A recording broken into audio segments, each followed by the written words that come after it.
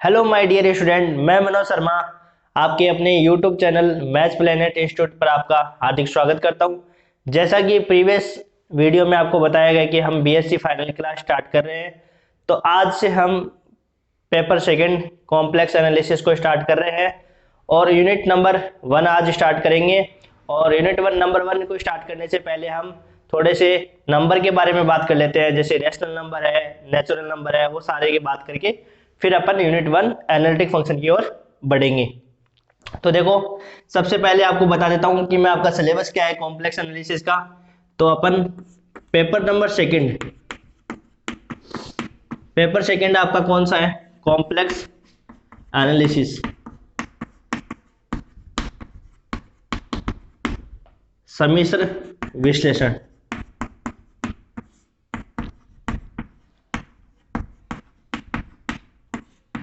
तो सबसे पहले अपन क्या करते हैं, पाठ्यक्रम की बात कर लेते हैं कि अपने को कौन कौन सी यूनिट पढ़नी है और कौन कौन सी यूनिट के लिए अपने को कौन कौन से चैप्टर पढ़ने हैं।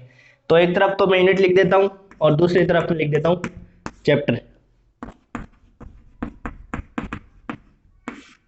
तो यूनिट फर्स्ट के लिए अपने को 1, 2 और 3 ये 3 चैप्टर पढ़ने होते हैं, जिसमें अपनी यूनिट नंबर 1 क्लियर होती है। तो यूनिट 1 के लिए अपने पास 2 क्वेश्चन यहाँ से आते हैं और एक क्वेश्चन यहाँ से, एक क्वेश्चन यहाँ से आता है। तो अपन इसमें क्या पढ़ेंगे, तीसरे यूनिट को पढ़ेंगे।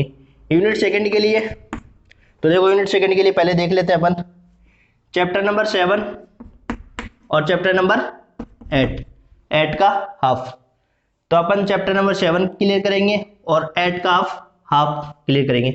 फिर यूनिट नंबर 3 के लिए 8 का हाफ चैप्टर और 9 और 10 ये चैप्टर करेंगे। फिर यूनिट नंबर 4 के लिए, अपने को देखो 9, 10 इसमें नहीं है, 4 का इसमें।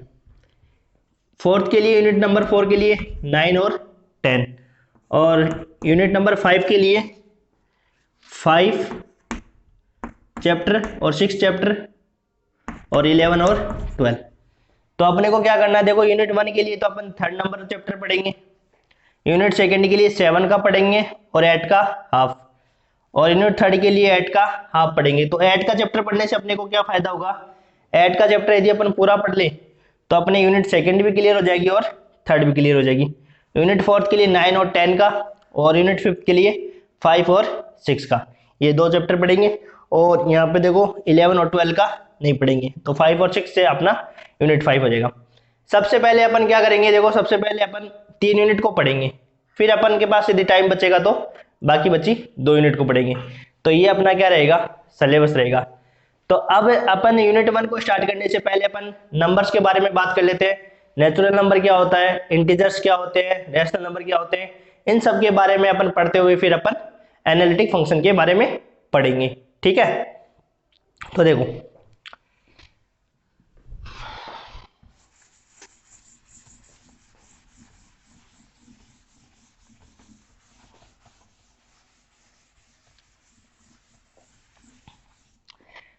सबसे पहले नंबर्स में के बारे में सबसे पहले आता है नेचुरल नंबर, प्राकृतिक संख्या। तो देखो प्राकृतिक संख्या क्या होती है,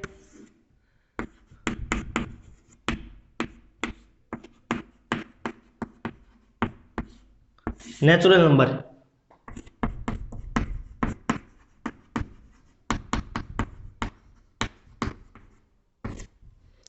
नेचुरल नंबर को अपन n से डिनोट करते हैं। n बराबर होता है 1, 2, 3, 4 एंड सो ऑन। ये आपका होता है नेचुरल नंबर। उसके बाद में आती है पूर्ण संख्या, होल नंबर।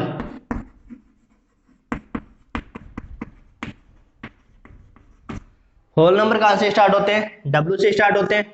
W बराबर 0, 1, 2, 3 एंड सो ऑन, ये आपके होल नंबर। 3rd पे आते हैं आपके पूर्णांक, जिसको इंग्लिश में कहते हैं इंटीजर्स। इसको अपन किससे रिप्रेजेंट करते हैं, Z या I से। तो Z बराबर होता है -3, -2, -1, 0, 1, 2 और 3 एंड सो ऑन, ये आपके होते हैं पूर्णांक। तो सबसे पहले अपन ने देखा प्राकृतिक संख्या, नेचुरल नंबर, जिसको अपन n से रिप्रेजेंट करते हैं, n बराबर होता है 1 2 3 4 एंड सो ऑन। पूर्ण संख्या होल नंबर W से डिनोट करते हैं, 0 1 2 3 एंड सो ऑन। उसके बाद में पूर्णांक, पूर्णांक को Z से रिप्रेजेंट किया जाता है या I से भी रिप्रेजेंट करते हैं, -3 -2 -1 0 1 2 3 एंड सो ऑन, ये आपके होते हैं पूर्णांक। इसके बाद में आता है परिमेय संख्या, फिर इसके बाद में अपरिमेय संख्या, और अपरिमेय संख्या के बाद में अपन पढ़ेंगे कॉम्प्लेक्स नंबर।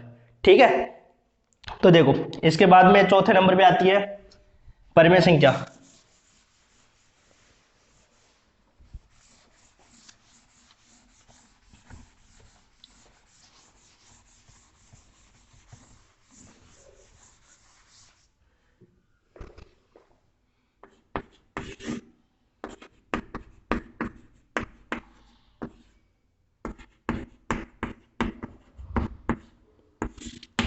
परिमेय संख्या इंग्लिश में कहते हैं इसको रैशनल नंबर।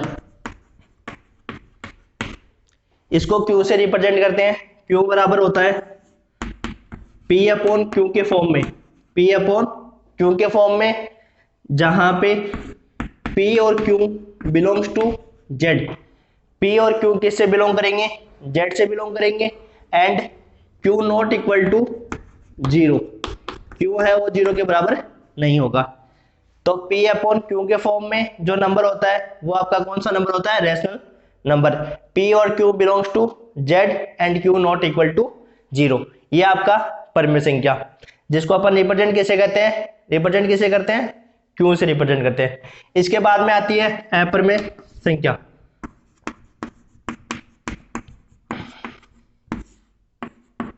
जिसको इंग्लिश में कहते हैं इरेशनल नंबर।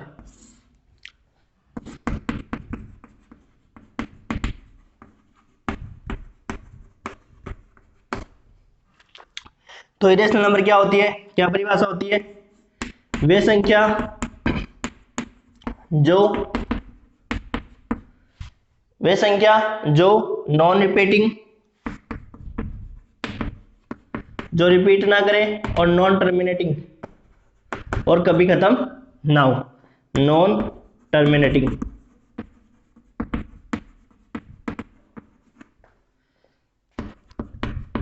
वो आपकी संख्या कौन सी होती है, अपरिमेय संख्या, इरेशनल नंबर, जिसको अपन किससे रिप्रेजेंट करते हैं, Q नोट, Q की कॉम्प्लीमेंट से अपन रिप्रेजेंट करते हैं। यदि अपन स्टैंडर्ड नोटेशन की बात करें इरेशनल नंबर की, तो अपन उसको T से रिप्रेजेंट करते हैं।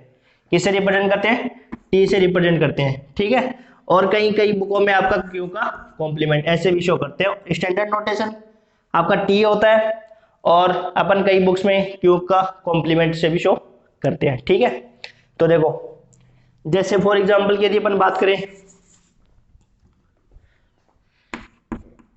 यहां पर इसमें लिखे स्टैंडर्ड नोटेशन क्या होता है,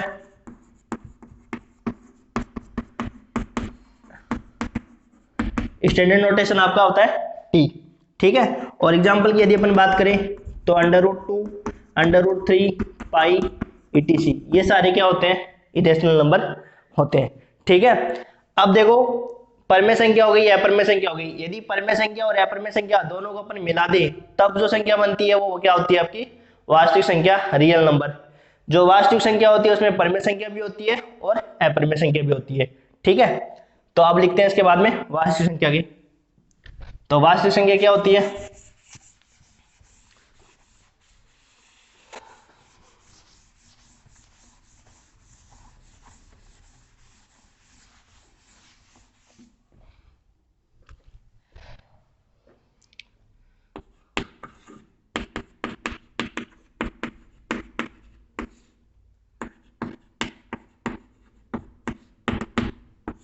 वास्तविक संख्या, रियल नंबर।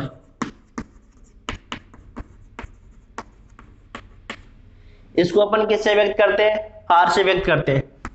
यदि इसमें परिमेय संख्या और अपरिमेय संख्या दोनों को मिला दी जाए, परिमेय संख्या और अपरिमेय संख्या दोनों को यदि मिला दी जाए, तो जो संख्या बनती है वो आपका वास्तविक नंबर होता है, वास्तविक संख्या कहलाती है। परिमेय संख्या और अपरिमेय संख्या अगर जो अपन मिला के बनाते हैं तो संख्या बनती है आपकी वास्तविक संख्या। जो रियल नंबर होता है, रियल नंबर लाइन होती है, उसमें जैसे ये रियल नंबर लाइन है, -∞ से प्लस इन्फिनिटी। तो इस रियल नंबर लाइन में क्या होती है, परिमेय संख्या भी होती है, रैशनल नंबर भी होते हैं, और अपरिमेय संख्या इरेशनल नंबर भी होते हैं।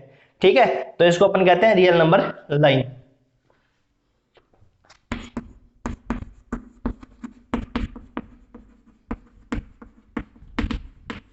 ठीक है, तो ये अपना बेसिक हो गया कि भाई नेचुरल नंबर क्या होता है, होल नंबर क्या होता है, इंटीजर्स क्या होते हैं, रैशनल नंबर क्या होते हैं, इरेशनल नंबर क्या होते हैं, और रियल नंबर क्या होते हैं। ये तो अपना हो गया बेसिक। अब इसके आगे जो संख्या आती है, आपके जो नंबर्स आते हैं वो आते हैं कॉम्प्लेक्स नंबर, और कॉम्प्लेक्स नंबर के का ही अपने को क्या करना है, स्टडी करना है, क्योंकि अपन जो बुक पढ़ रहे हैं वो कॉम्प्लेक्स एनालिसिस, जिसमें अपन कॉम्प्लेक्स नंबर के बारे में ही स्टडी करेंगे, उनके क्या क्या प्रॉपर्टीज होती है, कैसे रिप्रेजेंट किया जाता है, क्या क्या इनके गुणधर्म होते हैं, इन सब के बारे में, कैसे कैसे इसको ऑपरेशन संक्रिया कैसे वर्क करती है, उन सब के बारे में अपन इसी चैप्टर में पढ़ेंगे। ठीक है, तो अब देखो कॉम्प्लेक्स नंबर के बारे में लिखते हैं। अब यहां से अपना क्या होता है, चैप्टर स्टार्ट होता है। तो सबसे पहले तो अपन कॉम्प्लेक्स नंबर के बेसिक्स पढ़ेंगे, और उसके बाद में अपने चैप्टर एनालिटिक फंक्शन की ओर बढ़ेंगे। तो देखो अब यहां से लिखेंगे अपन कॉम्प्लेक्स नंबर।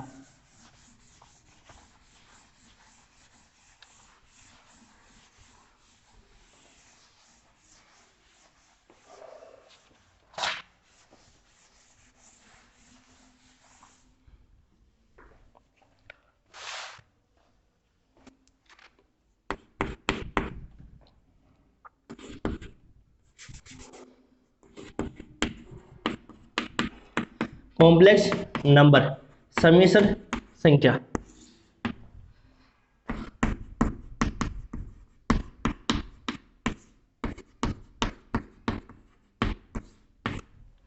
कॉम्प्लेक्स नंबर समिश्र संख्या।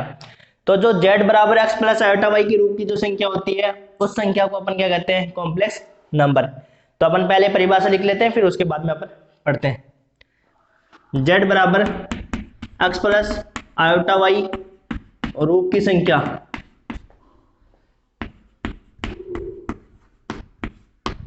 समिश्र संख्या कहलाती है। समिश्र संख्या कहलाती है। z बराबर x प्लस आयोटा y के रूप की संख्या क्या कहलाती है, आपकी समिश्र संख्या कहलाती है। z बराबर x प्लस आयोटा y के रूप की संख्या, जहां पे x क्या होता है, रियल पार्ट होता है, और y जो होता है वो आपका क्या होता है, इमेजिनरी पार्ट होता है। ठीक है, तो यहां लिख सकते हैं, देखो z बराबर, अर्थात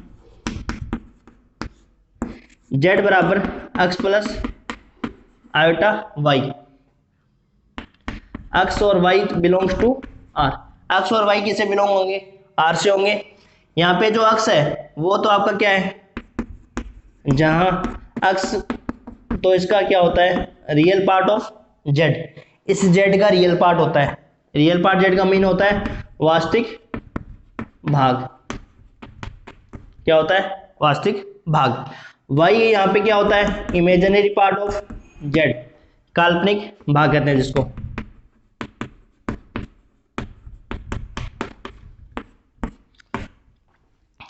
तो z बराबर x प्लस आयोटा रूट की जो नंबर होता है उसको अपन कॉम्प्लेक्स नंबर कहते हैं। और यहाँ पे जो x होता है, और x और y दोनों किससे बिलोंग्स करते हैं, रियल नंबर से बिलोंग करते हैं। और यहाँ पे x क्या होता है, आपका रियल पार्ट ऑफ z, वास्तविक भाग होता है, और y जो होता है वो इमेजिनरी पार्ट ऑफ z, काल्पनिक भाग जिसको कहते हैं। अब देखो जो कॉम्प्लेक्स नंबर होता है, उस कॉम्प्लेक्स नंबर को अपन ऑर्डर्ड पेयर, क्रमित युग्म के रूप में भी अपन लिखा जा सकता है। तो देखो ऐसे लिखेंगे अपन,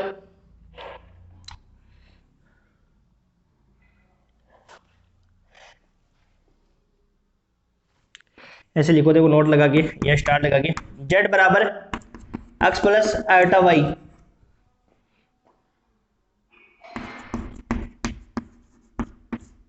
संख्या को क्रमित युग्म, ऑर्डर्ड पेयर,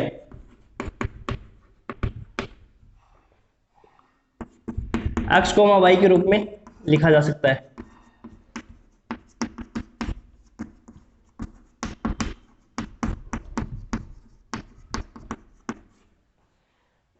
तो z बराबर x प्लस आयोटा y जो नंबर होता है उस नंबर को अपन ऑर्डर्ड पेयर क्या होता है, इस प्रकार से जो लिखा जाता है x कोमा y के रूप में लिखा जा सकता है। तो अपन ने क्या पढ़ा कॉम्प्लेक्स नंबर में, z बराबर x प्लस आयोटा y के रूप की जो नंबर होगा वो कॉम्प्लेक्स नंबर होगा, जहां पे x और y तो किससे बिलोंग्स करेंगे, r से, और यहाँ पे जो x है वो रियल पार्ट ऑफ z और y जो होता है वो इमेजिनरी पार्ट ऑफ z, ये वास्तविक भाग और ये काल्पनिक भाग। अब जो z बराबर x प्लस आयोटा y जो संख्या है उसको क्रमिक युग्म ऑर्डर्ड पेयर के रूप में लिखा जा सकता है। तो देखो इंग्लिश मीडियम के लिए भी सही है और हिंदी मीडियम के लिए, दोनों लैंग्वेज के लिए आपको इसमें कोई भी प्रॉब्लम नहीं आएगी, नोट्स आप बना सकते हो अपनी लैंग्वेज में, ठीक है। तो अब देखो रियल नंबर में और कॉम्प्लेक्स नंबर में क्या डिफरेंस होता है।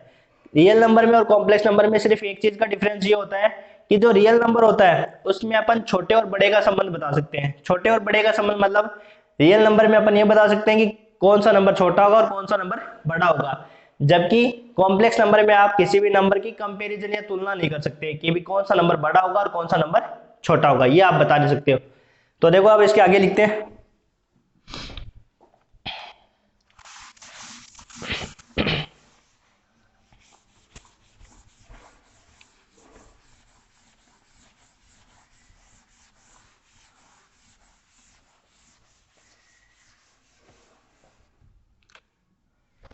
देखो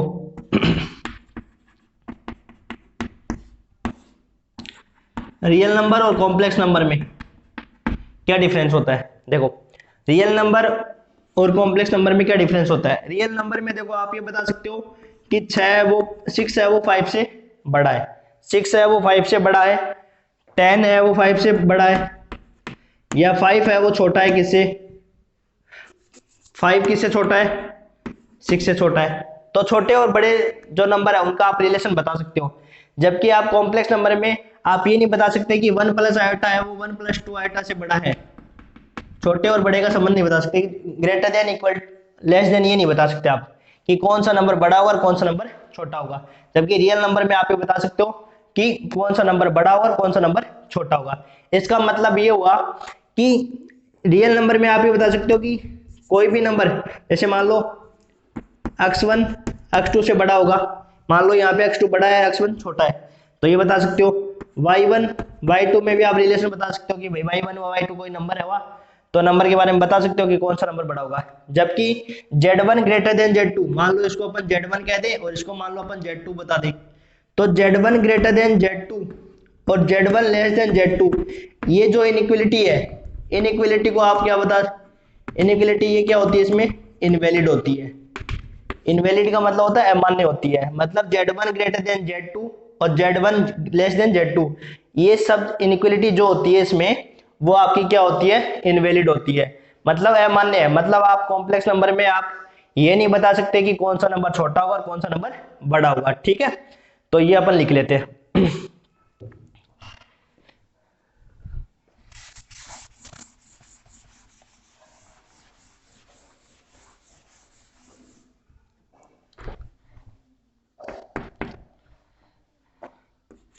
z1 ग्रेटर देन z2 या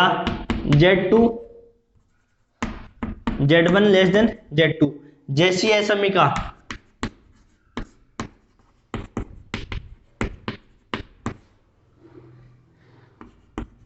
समिश्र संख्याओं में अमान्य है। देखो आप नोट्स बना सकते हो, मैं जो पढ़ा रहा हूं वो नोट्स के हिसाब से पढ़ा रहा हूं कि आप इनसे आप आराम से नोट्स बना सकते हो, ठीक है। जैसे जैसे मैं लिखवा रहा हूं वैसे वैसे आप नोट्स बना सकते हो, ठीक है। z1 greater than z2, z1 less than z2, तो ये जैसे इनइक्वलिटीज है वो समिश्र संख्याओं में क्या है, इनवैलिड है। कॉम्प्लेक्स नंबर में ये इनवैलिड है ये चीजें कि z1 ग्रेटर देन z2 और z1 लेस देन, कोई नंबर छोटा होगा दूसरे नंबर से बड़ा होगा, इसका अपन बता नहीं सकते इसमें। कॉम्प्लेक्स नंबर में आप ये नहीं बता सकते कौन सा नंबर बड़ा होगा और कौन सा नंबर छोटा होगा, ठीक है। समिश्र संख्याओं को अपन क्रमिक युग्म में लिखना देख लिया और समिश्र संख्या की परिभाषा देख ली। अब जो समिश्र संख्या होती है, कॉम्प्लेक्स नंबर होता है, उसको अपन जिस प्लेन पे शो करते हैं उसको अपन कहते हैं आर्गेंट प्लेन। जैसे ये है प्लेन आपका, ये आपका होता है रियल एक्सेस, वास्तविक अक्ष,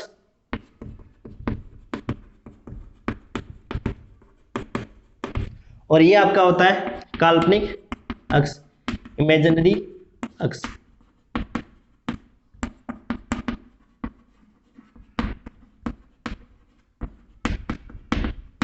ठीक है, तो ये प्लेन को अपन कहते हैं आर्गेंड प्लेन, आर्गेंड तल।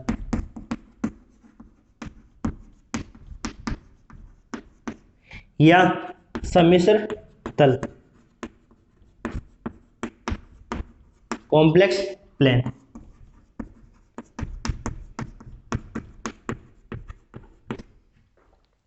इस प्लेन को अपन क्या कहते हैं, आर्गेंड प्लेन। ये होता है, ये वाली लाइन होती है रियल एक्सिस और ये वाली लाइन होती है आपकी काल्पनिक एक्सिस। ठीक है, तो इतना समझ में आया। अब आगे बढ़ते हैं। जैसे मान लो आपको कोई नंबर रिप्रेजेंट करना है, देखो जैसे मान लो 2 + 3 आयोटा को रिप्रेजेंट करना है, तो कैसे रिप्रेजेंट करोगे? रियल पार्ट इसका क्या है, अक्स। ये होता है ना z बराबर अक्स प्लस आयोटा वाई, जो अक्स होता है उसका रियल पार्ट होता है और ये आपका क्या होता है, इमेजिनरी पार्ट। तो यहाँ पे अक्स की वैल्यू तो कितनी है 2 और वाई की वैल्यू कितनी है 3, तो अक्स की वैल्यू तो 2 हो जाएगी और वाई की वैल्यू 3। ये आपका हो जाएगा नंबर, ये अक्स की वैल्यू, ये वाई की वैल्यू। तो यहाँ पे कोई नंबर z, जैसे मान लो 2 + 3 आयोटा, तो ऐसे लिख सकते हैं z बराबर 2 + 3 आयोटा। ठीक है, ये आपका एक्सेस रियल एक्सेस हो गया और ये आपका क्या हो गया, इमेजिनरी एक्सेस। ठीक है, तो कोई नंबर को अपन ऐसे रिप्रेजेंट किया जा सकता है।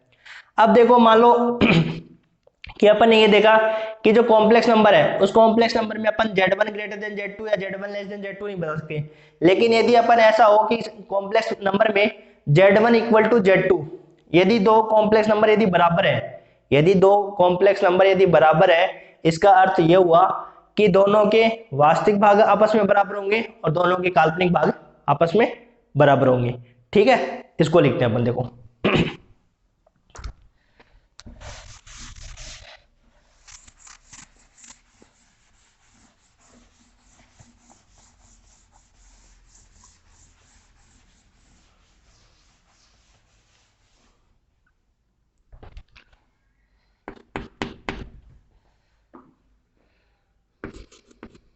z1 = z2, यदि दो कॉम्प्लेक्स नंबर आपस में बराबर है, इसका मीनिंग हुआ कि उन दोनों रियल नंबर के रियल पार्ट आपस में बराबर होंगे और दोनों के इमेजिनरी पार्ट भी क्या होंगे, आपस में बराबर होंगे।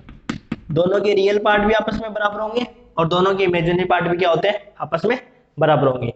ठीक है, तो देखो अपन इक्वेशन करते हैं, उससे आपको अच्छे से क्लियर हो जाएगा। देखो इक्वेशन लिखते हैं अपन,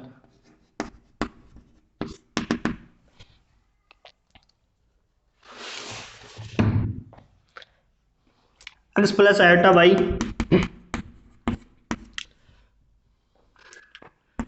plus 2x plus iota Y equal to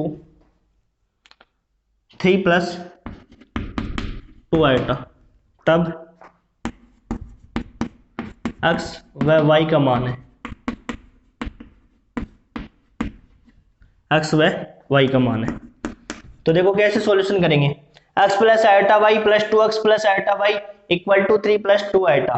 ठीक है, तो पहले तो क्या करो आप कि दोनों के वास्तविक भाग में वास्तविक भाग को जोड़ो और दोनों के काल्पनिक भाग में काल्पनिक भाग जोड़ो। तो जोड़ो x प्लस 2x, ये इसका वास्तविक भाग और ये इसका वास्तविक भाग, इन दोनों में iota Y plus iota Y equal to हो गया आपके पास 3 + 2 आयोटा। यहां से ये हो गया x प्लस 2x कितना हो गया 3x, आयोटा वाई कितना हो गया 2 iota Y equal to 3 + 2 iota. अब देखो दो कॉम्प्लेक्स नंबर आपस में बराबर है, इसका मीनिंग ये हुआ कि इस कॉम्प्लेक्स नंबर का जो रियल पार्ट है और इस कॉम्प्लेक्स नंबर का जो रियल पार्ट है ये आपस में बराबर होंगे। तो ये तो किसके बराबर हो जाएगा, इसके बराबर, और ये किसके बराबर हो जाएगा, इसके बराबर। यही तो पढ़ा मैंने, z1 यदि z2 दो कॉम्प्लेक्स नंबर आपस में बराबर है, दो कॉम्प्लेक्स नंबर आपस में बराबर है, इनका मीन ये हुआ कि दोनों के रियल पार्ट, इसका रियल पार्ट और इसका रियल पार्ट, दोनों आपस में बराबर होंगे और इमेजिनरी पार्ट इन आपस में बराबर होंगे। तो देखो यहां से क्या करेंगे, वास्तविक व काल्पनिक भागों की तुलना करने पर, वास्तविक व काल्पनिक भागों की तुलना करने पर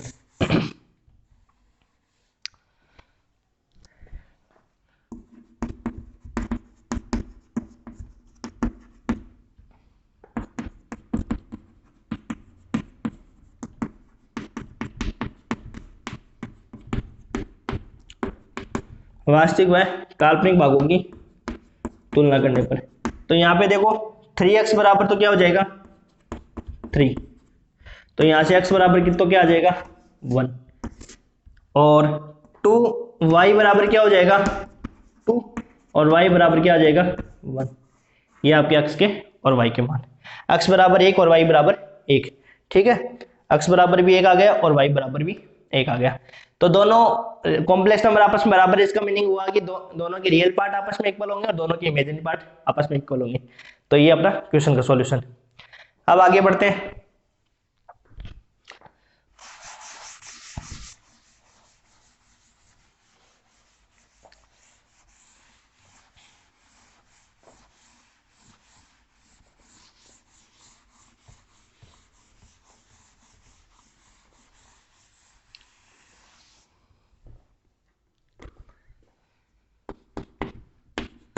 सम्मिश्र संख्या का संयुग्मी, सम्मिश्र संख्या का संयुग्मी, conjugate of a complex number,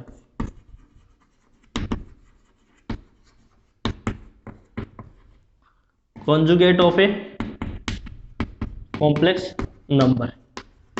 अब देखो कॉन्जुगेट क्या होता है, कॉन्जुगेट का मीनिंग होता है संयुग्मी, कि कोई भी कॉम्प्लेक्स नंबर है उसका कॉन्जुगेट कैसे निकालते हैं। जैसे मान लो अपने पास कोई कॉम्प्लेक्स नंबर ऐसे है z बराबर x प्लस आयोटा y, तो जो संयुग्मी है उसका कॉन्जुगेट होगा, उसको अपन किससे रिप्रेजेंट करेंगे, z बार से रिप्रेजेंट करेंगे। किससे रिप्रेजेंट करेंगे, z बार से रिप्रेजेंट करेंगे। तो आपको क्या करना है, जो आयोटा का जो साइन है उसको क्या कर देना है, उल्टा कर देना है या नेगेटिव कर देना है। जैसे यहाँ पे क्या है प्लस, तो प्लस का है तो क्या कर देंगे उल्टा माइनस, तो ये हो जाएगा आपके पास उसका कॉन्जुगेट। तो z बार बराबर क्या हो जाएगा x माइनस आयोटा y। यदि अपन इसका वापस कॉन्जुगेट निकालें तो वापस आयोटा के निशान को क्या कर दो, उल्टा कर दो, तो माइनस आयोटा को क्या कर देंगे, प्लस आयोटा कर देंगे। तो यहाँ पे z का डबल बार निकालेंगे तो x प्लस आयोटा y आ जाएगा, जो कि वापस z आ जाएगा। तो अपन इसकी प्रॉपर्टीज में लिखेंगे आगे कि z बार का दोबारा बार करेंगे तो वापस क्या आ जाएगा, z आ जाएगा, वो अपन आगे लिख लेंगे प्रॉपर्टीज में एक साथ, ठीक है। तो ये अपन क्या निकालेंगे, इसका कॉन्जुगेट, ठीक है। तो देखो एक प्रॉपर्टीज और देख सकते हो, यहां से आप इसकी प्रूफ करना चाहो तो यहां से भी कर सकते हो कि यदि अपन मान लो z को और z बार को दोनों को मल्टीप्लाई करें, z को और z बार को क्या करें आपस में मल्टीप्लाई करें, तो अपने को क्या मिलेंगे, तो देखो दोनों को गुणा करो आपस में, x प्लस आयोटा y और x माइनस आयोटा y। तो यहां से अपन गुणा करेंगे तो a plus B a minus B, तो a का स्क्वायर और माइनस b का स्क्वायर, ठीक है। तो यहां से तो मिल जाएगा x स्क्वायर, और यहां से क्या हो जाएगा, देखो आयोटा y का स्क्वायर करेंगे तो ये ओपन करेंगे तो आयोटा का स्क्वायर और y का स्क्वायर। आयोटा स्क्वायर क्या होता है -1, और यहाँ पे हो जाएगा y स्क्वायर, तो ये माइनस पहले से है तो ये हो जाएगा आपके पास x square plus y square, ठीक है। अब देखो अपन आगे पढ़ेंगे कि जो मापांक है किसी भी कॉम्प्लेक्स नंबर का अपन मापांक कैसे निकालते हैं, जो उसका रियल पार्ट है उसका स्क्वायर और प्लस में काल्पनिक भाग का स्क्वायर। तो क्या हो जाएगा, देखो ये अपन पढ़ा नहीं इसलिए अपन पहले ही अपन प्रॉपर्टीज बता रहे हैं, ये तो आपने छोटी क्लास में पढ़ा होगा। मापांक कैसे निकालते हैं, z बराबर x प्लस आयोटा y कोई नंबर है तो उसका मापांक कैसे निकालते हैं, रियल पार्ट का स्क्वायर, रियल पार्ट z का स्क्वायर प्लस इमेजिनरी पार्ट का स्क्वायर, ठीक है। तो यहां से क्या हो जाएगा, रियल पार्ट क्या है इसका x का स्क्वायर और इमेजिनरी पार्ट क्या है y, तो y का स्क्वायर। तो यहां से क्या हो जाएगा, z बार का स्क्वायर निकालें तो यहां से हो जाएगा x square plus y square, ये आपका हो जाएगा। तो मॉडुलस z का स्क्वायर यहाँ पे क्या लिख सकते हैं, x square plus y square की जगह क्या लिख सकते हैं मॉडुलस जेड का स्क्वायर। तो ये हो जाएगा जेड इंटू जेड बार। ये यहाँ पे प्रूफ हो गया। ठीक है, तो ये प्रॉपर्टीज सबसे ज्यादा इंपॉर्टेंट है। ये वाली जो प्रॉपर्टीज है वो सबसे ज्यादा इंपॉर्टेंट है कि जेड इंटू जेड बार यदि आपकी लिखा जाएगी मॉडुलस जेड का स्क्वायर तो आपको वहां पे लिखना है जेड इंटू जेड बार। ये प्रॉपर्टीज बहुत काम की है, बहुत आगे, मतलब अपन जो यूनिट स्टार्ट करेंगे यूनिट में बहुत काम की ये प्रॉपर्टीज है। ठीक है, तो जेड इंटू जेड बार बराबर क्या होता है मॉडुलस जेड का स्क्वायर। ठीक है, अब अपन प्रॉपर्टीज पढ़ लेते हैं कि अपन के कौन कौन सी प्रॉपर्टीज में काम आएगी, वो अपन ज्यादा स्टडी कर लेते हैं जिससे कि अपन को आगे की स्टडी के लिए फायदा मिले। ठीक है, तो अब इसके गुणधर्म देखते हैं। मापांक आपको यहाँ पे बता दिया, अलग से हेडिंग डालने की जरूरत है नहीं, क्योंकि देखो इसमें ये तो सब कुछ आपने पढ़ रखा है, 11th क्लास में पढ़ रखा है, कुछ नया नहीं है, ये सब आपने प्रॉपर्टीज सिद्ध की हुई है। तो अपन यहाँ से एक बार क्या कर लेते हैं, एक बार रिवाइज कर लेते हैं, जिससे कि अपन आगे यूनिट 1, यूनिट 2, यूनिट 3 में जो जो प्रॉपर्टीज काम आएंगे उन सबको एक साथ लिख लेते हैं। ठीक है, तो देखो अब आगे properties.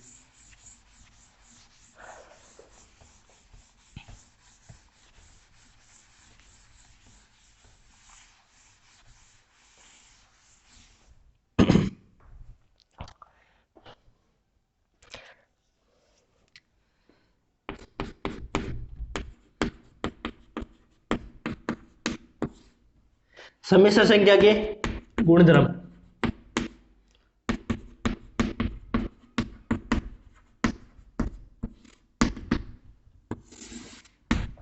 Properties of complex number.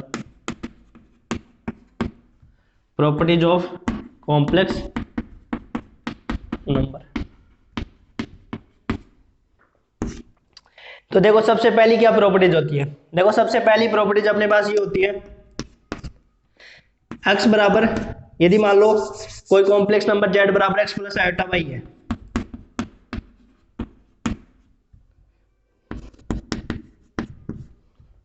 तब देखो पहली प्रॉपर्टीज क्या होती है,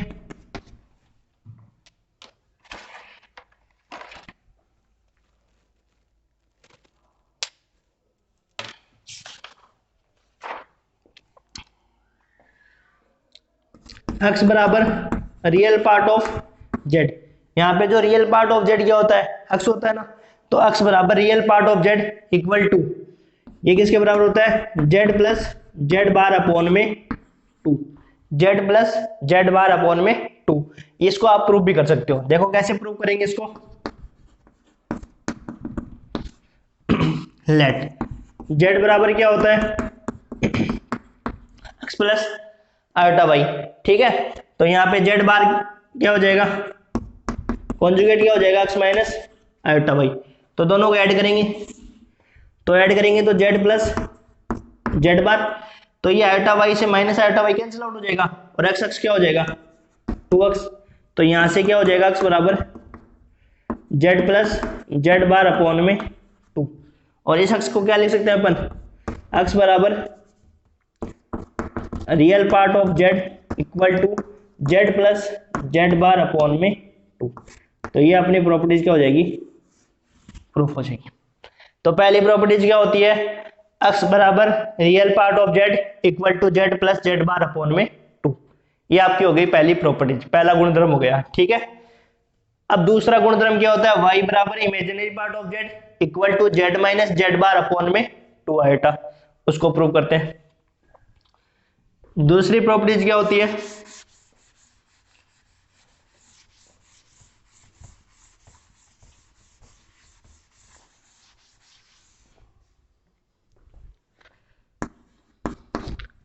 y बराबर imaginary part of z equal to क्या होता है, z minus Z bar upon में 2 iota, z minus Z bar upon में 2 आयोटा। तो इसको भी अपन प्रूफ कर सकते हैं। तो प्रूफ में क्या करोगे, लेट z बराबर x plus iota y, z bar बराबर x माइनस आयोटा वाई। तो अब की बार जोड़कर नहीं, अपन घटाते हैं। पिछली बार जोड़ा था तब अपने के पास वो रिलेशन आ गया था, अब की बार क्या करेंगे, घटाएंगे। तो देखो घटाने से क्या होगा, यहाँ पे माइनस आ जाएगा, यहाँ पे माइनस और यहाँ पे प्लस। तो अब की बार x से x कैंसिल आउट हो जाएगा और y वाले पर जुड़ जाएंगे। तो Z minus Z bar equal to हो जाएगा आपके पास 2 आयोटा वाई। तो यहाँ से वाई बराबर क्या हो जाएगा, Z minus Z bar upon में 2 आयोटा। ये अपने को क्या करना था, प्रूफ करना था। तो वाई जो होता है वो आपकी क्या है, इमेजिनरी पार्ट।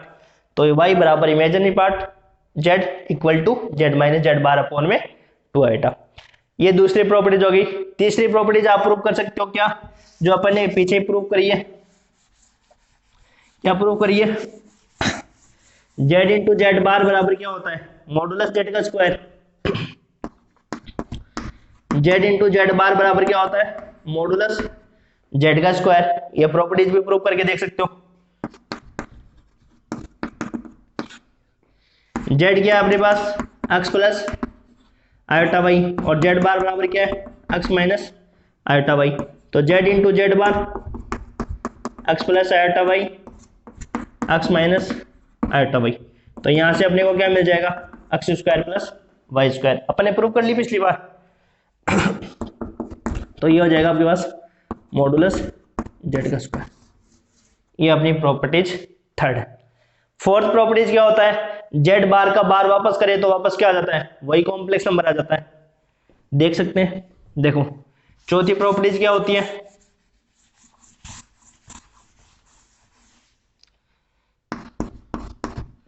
जेड बार का बार करेंगे तो वापस क्या आ जाएगा, कॉम्प्लेक्स नंबर। तो इसको प्रूव करें, लेट जेड बराबर x plus iota y. Z bar निकालें तो एक्स माइनस आयोटा वाई, ठीक है। अब वापस करो जेड बार का बार, तो वापस क्या आ जाएगा, एक्स प्लस आयोटा वाई। और Z plus X plus iota Y किसके बराबर है, वापस क्या आ गया, जेड। तो ये फोर्थ प्रॉपर्टीज होगी, ठीक है। अब और प्रॉपर्टीज दे सकते हो, इनइक्वालिटीज में देख सकते हो आप। फिफ्थ नंबर प्रॉपर्टीज क्या है,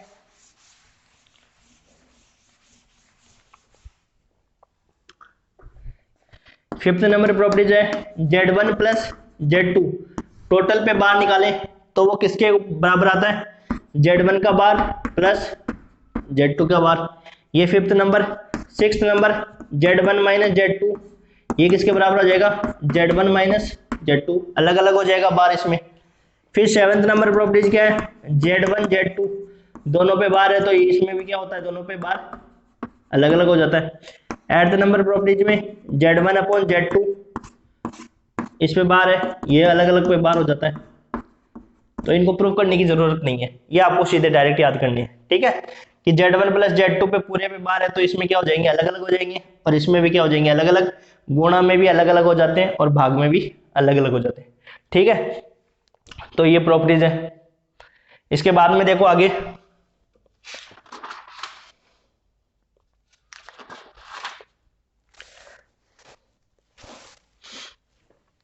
इसके आगे देखो, ये सारी प्रॉपर्टीज हो गई।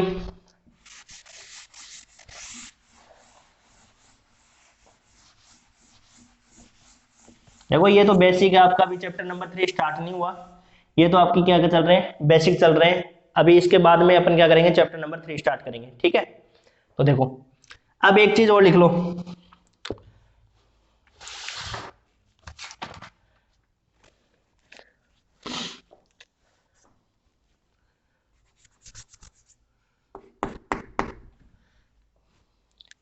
स्टार्ट लगा लिखो, यदि वर्थ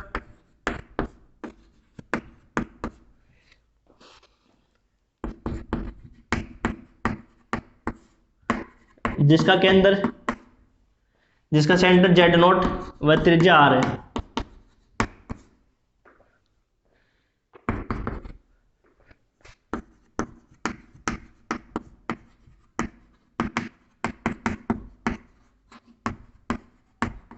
तब वर्थ का समीकरण Z naught, Z minus Z naught equal to are. ये आपका क्या होता है कि वर्थ का समिश्र रूप में समीकरण। वर्थ का कॉम्प्लेक्स नंबर में कैसे इक्वेशन होता है, देखो जो कार्टेशियन फॉर्म होती है उसमें तो क्या होता है, एक्स माइनस एच का स्क्वायर प्लस वाई माइनस के का स्क्वायर इक्वल टू क्या होता है, आर होता है। यही होता है ना, या इसका अंडर रूट हटा देंगे तो यहाँ पे क्या हो जाएगा, स्क्वायर। ये तो क्या किस फॉर्म में होती है, ये तो होता है आपका ना कार्तीय रूप में, कार्तीय रूप में क्या होता है, कार्तीय रूप का मतलब होता है कि एक्स और वाई आते हैं, वो कार्तीय रूप होता है, कार्टेशियन फॉर्म। कार्तीय रूप में तो क्या होता है, देखो एक्स और वाई के रूप में जो होता है फॉर्म में, वो तो कार्तीय रूप। और ध्रुवीय रूप में क्या होता है, आर और थीटा के रूप में इक्वेशन हो, उसको अपन आर थीटा के रूप में कहते हैं, उसको अपन पोलर फॉर्म में कहते हैं। और यदि जेड माइनस जेड नॉट के रूप में हो तो उसको अपन कहते हैं कॉम्प्लेक्स फॉर्म में सर्किल का इक्वेशन। कॉम्प्लेक्स फॉर्म में समिश्र रूप में वर्त का समीकरण। समिश्र रूप में वर्त का समीकरण क्या होता है, यदि वर्त जिसका सेंटर क्या होगा, जेड नॉट, ये क्या होगा आपका सेंटर होगा, ठीक है, और रेडियस क्या होगी आर, तब वर्त का समीकरण क्या होगा, Z minus Z naught equal to R. कि एक ऐसा सर्किल जिसका सेंटर तो क्या होता है जेड नॉट और रेडियस क्या होती है आर होती है, तो इस रूप को अपन वर्त का समीकरण कहते हैं। और किस फॉर्म में, समिश्र रूप में, कॉम्प्लेक्स फॉर्म में जो सर्किल का इक्वेशन होता है वो आपका ये होता है Z minus Z naught equal to R, ठीक है। यदि मान लो इस सेंटर का, यदि इस मान लो इस जो सर्किल है उस सर्किल का सेंटर यदि मान लो ओरिजिन पॉइंट हो, मूल बिंदु होता है, तो मूल बिंदु होता है तो जेड नॉट के स्थान पे क्या आ जाएगा, जीरो, तो Z minus zero equal to R होता है, तो वो लिख लेते हैं। ये बहुत काम के हैं, ये आपके जो पॉइंट है ना दो, ये लास्ट वाले वर्त का रूप समीकरण, ये आपके 7th और 8th चैप्टर में ना इन्हीं का यूज आएगा ज्यादा। लिखो, यदि वर्त जिसका केंद्र, केंद्र को इंग्लिश में कहते हैं सेंटर, जिसका केंद्र क्या हो, मूल बिंदु, मूल बिंदु को इंग्लिश में कहते हैं ओरिजिन पॉइंट, मूल बिंदु हो तथा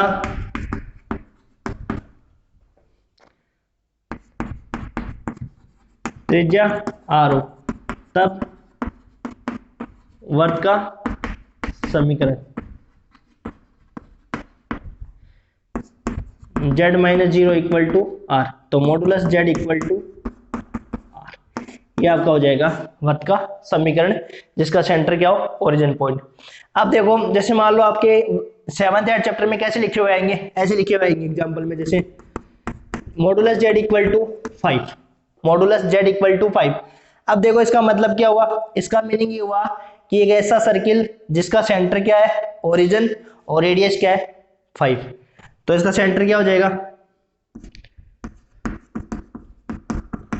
केंद्र मूल बिंदु ओरिजिन पॉइंट और रेडियस क्या हो जाएगा आपके 5 हो जाएगी, ठीक है।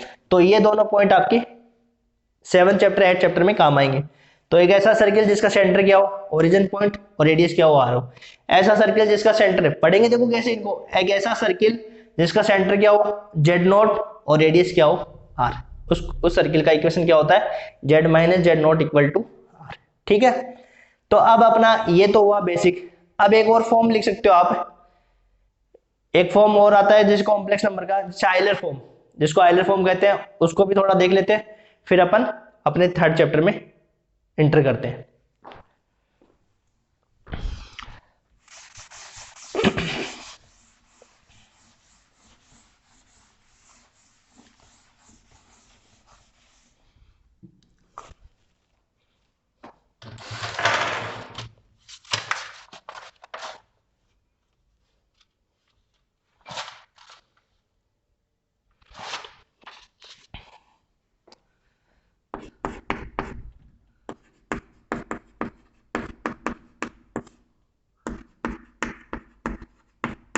समीकरण संख्या का आइलर रूप,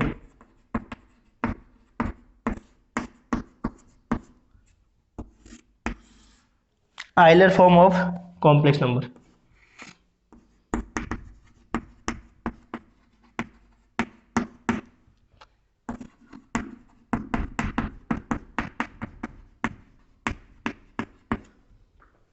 तो ये आइलर फॉर्म होती है जेड बराबर आर ई की पावर आयोटा थीटा, ये जो फॉर्म होती है वो आपकी क्या होती है, आइलर फॉर्म होती है, ठीक है। और देखो e की पावर आयोटा थीटा, e की पावर आयोटा थीटा का मीन क्या होता है, cos theta plus iota sine theta, cos theta plus iota sine theta.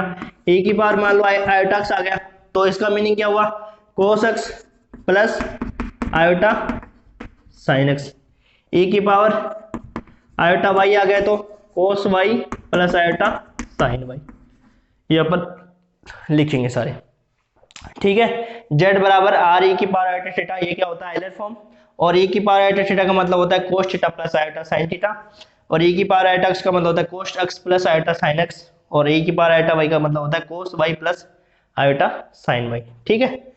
अब अपन चैप्टर नंबर 3 में इंटर करते हैं और चैप्टर नंबर 3 को स्टार्ट करते हैं जहां से अपना सिलेबस स्टार्ट होता है, ठीक है। ये बेसिक हुआ, तो अब लिखो चैप्टर नंबर 3।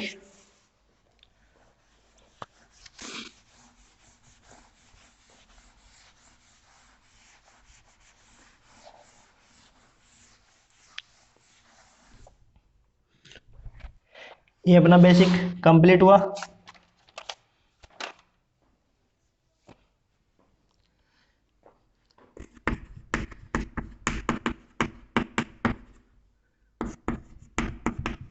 चैप्टर नंबर 3 जिसमें से आपको दोनों क्वेश्चन मिलेंगे, पंडित दीनदयाल यूनिवर्सिटी में आपको दोनों क्वेश्चन यहां से मिलेंगे। चैप्टर नंबर 3 विश्लेषिक फलन। और देखो अपन किस बुक को फॉलो करेंगे, अपन इस बुक को फॉलो करेंगे, जेपीएच जयपुर पब्लिकेशन हाउस की जो बुक है, इसके आपको सारे क्वेश्चन करवाए जाएंगे। और आप बुक परचेज करना चाहो तो परचेज भी कर सकते हो, अदरवाइज नहीं परचेज करना चाहते तो कोई भी बात नहीं है, मैं आपको सारे क्वेश्चन यहाँ पे लिखवाऊंगा। इंग्लिश मीडियम और हिंदी मीडियम दोनों को कवर करने की कोशिश करूंगा, ठीक है। और आप बुक लाना चाहो तो मार्केट से ला सकते हो, और नहीं भी लाना चाहते तो कोई बात नहीं, आपको मार्च या अप्रैल तक आपको तीनों बुक्स को कवर करने की कोशिश करेंगे हम। और अपन जो चैप्टर पढ़ेंगे, जैसे कोई भी कॉम्प्लेक्स नंबर वाला, जैसे विश्लेषिक फलन पढ़ेंगे, तो इसको आपके सारे थ्योरम, सारे आपके क्वेश्चंस वगैरह करवा देंगे। फिर उसके बाद में अपन यूनिट सेकंड स्टार्ट करेंगे, फिर इस प्रकार यूनिट थर्ड। तो पहले अपन 3 यूनिट करेंगे और उसके बाद में बाकी बची हुई 2 यूनिटों को समय रहते हुए, यदि समय बचेगा तो करेंगे, ठीक है। लेकिन पहला मोटिव अपना यही है कि अपन 3 यूनिट को करें, ठीक है। तो जो विश्लेषिक फलन अपन चैप्टर 3 स्टार्ट कर रहे हैं, देखो चैप्टर नंबर 3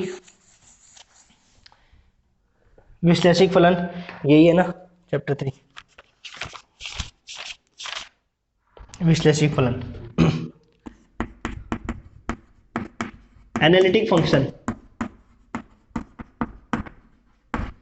तो पहले अपन डेफिनेशन लिख लेते हैं, थोड़ी 1-2 डेफिनेशन है, फिर अपन इसमें आगे अवकलनीयता से अपने क्वेश्चन बनने स्टार्ट होते हैं कि अवकलनीयता से क्वेश्चन आते हैं एग्जाम में, अवकलनीयता की परिभाषा, फिर अवकलनीयता से रिलेटेड थ्योरम्स, और फिर आगे विश्लेषिक फलन, कौशी-रीमान समीकरण, ये सब आगे आएंगे, ठीक है। तो पहले अपन लिख लेते हैं सम्मिश्र चर का फलन।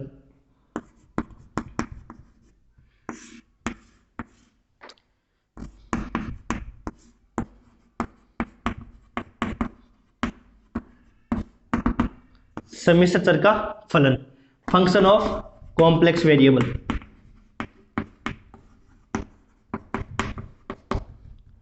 Function of complex variable. सम्मिश्र चर का जो फलन होता है, जो सम्मिश्र चर होता है z, उसका फलन है। देखो जैसे मान लो कोई z कॉम्प्लेक्स नंबर है, तो इसका जो सम्मिश्र चर का फलन होगा उसको अपन किससे रिप्रेजेंट करेंगे, fz से रिप्रेजेंट करेंगे। और इस fz को अपन क्या कहते हैं, w बराबर fz, इसी को अपन क्या कहते हैं, फंक्शन ऑफ z। तो फंक्शन ऑफ कॉम्प्लेक्स वेरिएबल क्या होता है कि z का जो फंक्शन है, जैसे मान लो अपन रियल नंबर में पढ़ते हैं, जैसे मान लो x है, तो x का फंक्शन क्या हो जाएगा, fx। उसी प्रकार z जो कॉम्प्लेक्स नंबर है उसका फंक्शन क्या हो जाएगा, fz, जिसको अपन किससे भी रिप्रेजेंट करते हैं, w से भी रिप्रेजेंट करते हैं। जैसे मान लो ये कॉम्प्लेक्स नंबर है, तो इस कॉम्प्लेक्स नंबर में यदि अपन मान लो इसमें यदि फंक्शन यूज करेंगे, तो उस फंक्शन में भी क्या होंगे, जैसे मान लो ये कॉम्प्लेक्स नंबर है, तो इस कॉम्प्लेक्स नंबर में क्या होगा, रियल पार्ट भी होगा और इमेजिनरी पार्ट होगा ना। तो यदि अपन इसको फंक्शन देंगे, इसको फंक्शन में लिखेंगे fz, तो इसमें भी क्या होगा, रियल पार्ट होगा और इमेजिनरी पार्ट होगा ना। तो इस फंक्शन को अपन किससे रिप्रेजेंट कर सकते हैं, w से भी रिप्रेजेंट कर सकते हैं। और यहाँ पे जो रियल पार्ट होगा उसको अपन दे देंगे ux, y, और जो इमेजिनरी पार्ट होगा उसको अपन क्या नाम देंगे, vx, y, ठीक है। तो पहले अपन परिभाषा लिख लेते हैं, फिर उसको आगे समझते हैं। देखो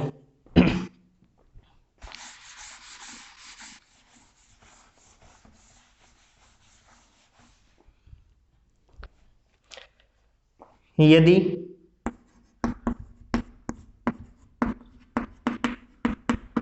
जेड के प्रत्येक मान के लिए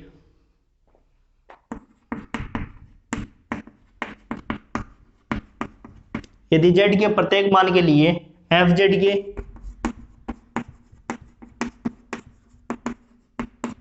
एक या अधिक निश्चित मान प्राप्त होते हैं, एक या अधिक निश्चित मान प्राप्त होते हैं,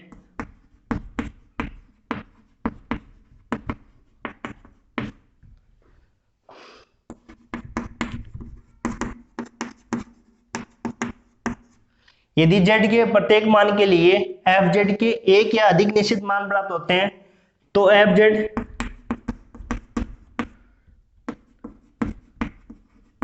सम्मिश्र चर जेड का फलन कहलाता है।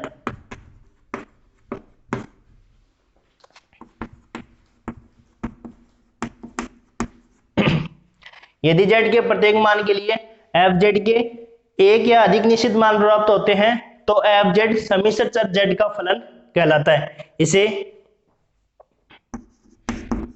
W बराबर एफ जेड से व्यक्त करते हैं, इसे W बराबर एफ जेड से व्यक्त करते हैं। यदि जेड के प्रत्येक मान के लिए एफ जेड के एक या अधिक निश्चित मान प्राप्त होते हैं तो एफ जेड सम्मिश्र चर जेड का फलन कहलाता है। इसे W बराबर एफ जेड से व्यक्त करते हैं। इसे W बराबर ux, y plus iota vx, y के रूप में भी लिखा जा सकता है, रूप में भी लिखा जा सकता है। तो ये आपकी क्या हो गई परिभाषा, डेफिनेशन कि सम्मिश्र चर का फलन क्या होता है, फंक्शन ऑफ कॉम्प्लेक्स वेरिएबल क्या होता है। यदि जेड के प्रत्येक मान के लिए एफ जेड के एक या अधिक निश्चित मान प्राप्त हो तो एफ जेड सम्मिश्र चर का फलन कहलाता है और इसे W बराबर एफ जेड से व्यक्त करते हैं और W बराबर ux, y ये रियल भाग और ये इमेजिनरी पार्ट के रूप में भी लिखा जा सकता है। अब देखो एग्जांपल में अपन इसको अच्छे से क्लियर कर पाएंगे कि यदि जेड के प्रत्येक मान के लिए एफ जेड के एक या अधिक निश्चित मान प्राप्त होते हैं ना तो उसको अपन क्या कहते हैं, उसी को अपन क्या कहते हैं, सम्मिश्र चर जेड का फंक्शन कहते हैं। ठीक है, तो देखो एग्जांपल लिखते हैं इसके पहले, फिर अच्छे से क्लियर होगी डेफिनेशन।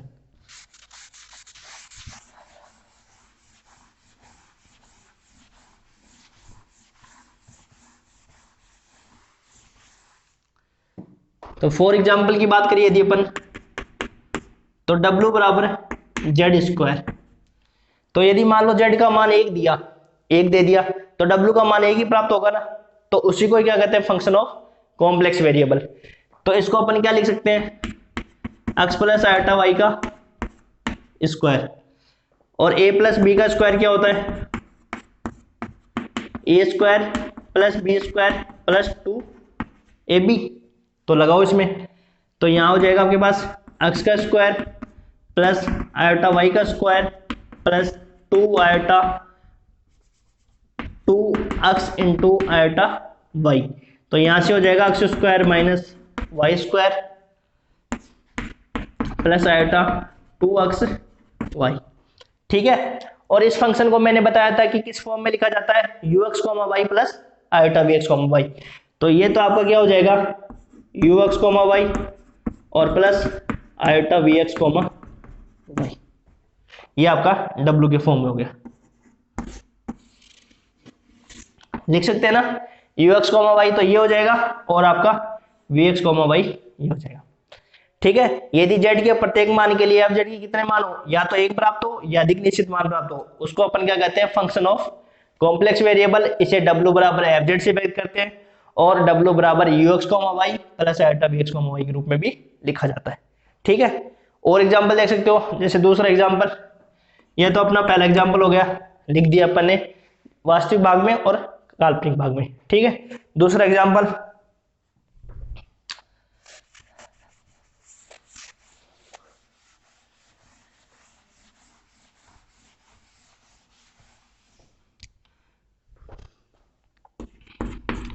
W बराबर a की पावर z। अब z की जगह क्या लिख सकते हो आप, a की power x plus iota y इन दोनों को अलग अलग लिख सकते हो, e की पावर x और e की पावर आयोटा y। अब आपको देखो e की पावर आयोटा y को किस स्थान पर क्या लिख सकते हो आप, कोस y plus iota sign y, ये लिख सकते हो ना आप। तो लिखो इसमें कोस y plus iota sign y। तो यहां से आपके पास हो जाएगा e की पावर x कोस y प्लस आयोटा e की पावर x साइन y। तो ये तो आपका हो जाएगा ux कॉमा y और ये हो जाएगा आपका vx कॉमा y। तो ये आपका हो जाएगा w। ठीक है, इसी प्रकार आप लिख सकते हो आप z का स्क्वायर, z का क्यूब, ये भी लिख सकते हो आप। ठीक है, अब ये तो हुआ फंक्शन ऑफ कॉम्प्लेक्स वेरिएबल। अब इसके बाद में डेफिनेशन आती है एकल मानी, सिंगल वैल्यूड फंक्शन और multi valued function. Single valued function क्या होता है, यदि आप z की एक वैल्यू दोगे तो एफ जेड के कितने मान प्राप्त होंगे, एक ही मान प्राप्त होगा, उसको तो कहते हैं अपन सिंगल वैल्यूड। और यदि एफ जेड का अपन एक मान दे और एफ जेड की कितनी वैल्यू हो, दो वैल्यू आए, तब उसको कहते हैं, दो या दो से अधिक वैल्यू आए तो उसको कहते हैं मल्टी वैल्यूड फंक्शन। उसकी परिभाषा लिखते हैं।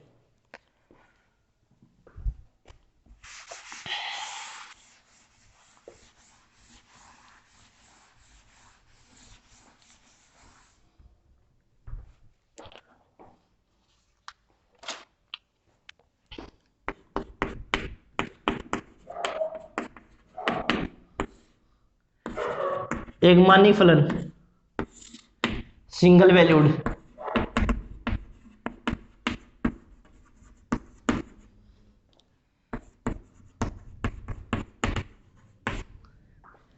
तो सिंगल वैल्यूड फंक्शन क्या होता है, यदि z का एक मान देने पर एफ जेड के कितने मान प्राप्त हो, एक मान प्राप्त होता है, तो एक मान प्राप्त होता है तो उसको अपन कहते हैं सिंगल वैल्यूड फंक्शन। तो लिखिए z के प्रत्येक मान के लिए एफ जेड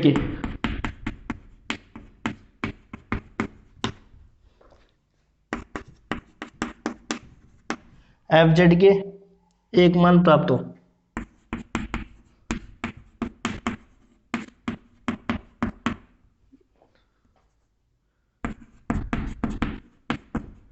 तो इसे एकल मानी फलन कहते हैं।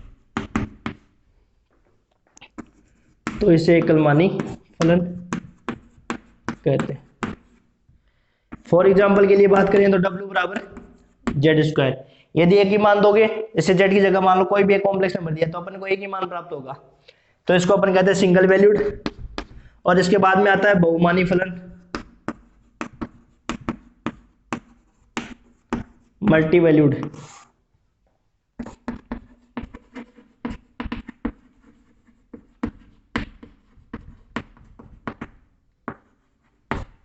तो ये मल्टी वैल्यूड की फंक्शन की परिभाषा होगी z के प्रत्येक मान के लिए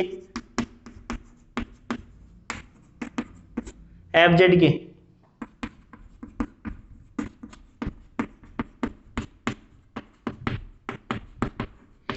दो या दो से अधिक मान प्राप्त होते हैं।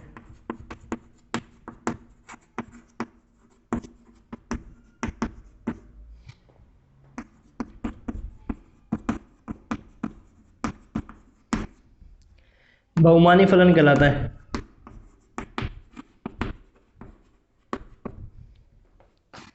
बहुमानी फलन कहलाता है। W बराबर Z की पावर 1/2। ये एग्जाम्पल हो गया अपना। W बराबर, यदि Z के प्रत्येक मान के लिए एफ जेड का यदि एक मान प्राप्त हो रहा है तब तो सिंगल वैल्यूड, और एक से दो या दो से अधिक मान प्राप्त हो रहे हैं तब उसको अपन कहते हैं मल्टी वैल्यूड। ठीक है, अब इसके बाद में एक परिभाषा आती है सम्मिश्र चर का पथ, कि कोई भी कॉम्प्लेक्स वेरिएबल उसका पाथ कैसे होता है। देखो पाथ क्या होता है, सम्मिश्र चर का पथ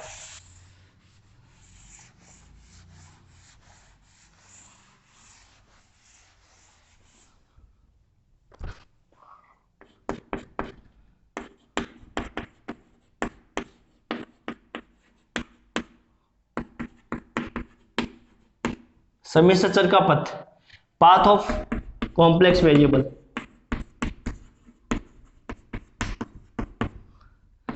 पाथ ऑफ कॉम्प्लेक्स वेरिएबल।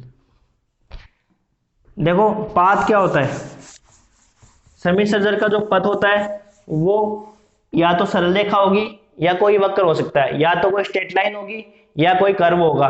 तो देखो कैसे, पहले समझो कि मान लो यहाँ पे कोई जेड है, एक्स प्लस आयोटा वाई, जैसे कोई कॉम्प्लेक्स नंबर है, कोई जेड कॉम्प्लेक्स नंबर है, ठीक है। अब इस जेड जो कॉम्प्लेक्स नंबर है उस पर अपने पास पहुंचने के क्या क्या रास्ते हो सकते हैं, या तो अपन एक्स एक्स के अनुदिश जाकर जेड पर पहुंच सकते हैं, या अपन अलोंग टू वाई एक्सेस के जा सकते हैं, या तो अपन अलोंग टू एक्स एक्सेस या अलोंग टू वाई एक्सेस, या अपन यहां से डायरेक्ट जा सकते हैं स्ट्रेट लाइन से, या अपन किसी कर्व के थ्रू जा सकते हैं, भाई कोई कर्व है ना, उस कर्व के थ्रू भी जा सकते हैं।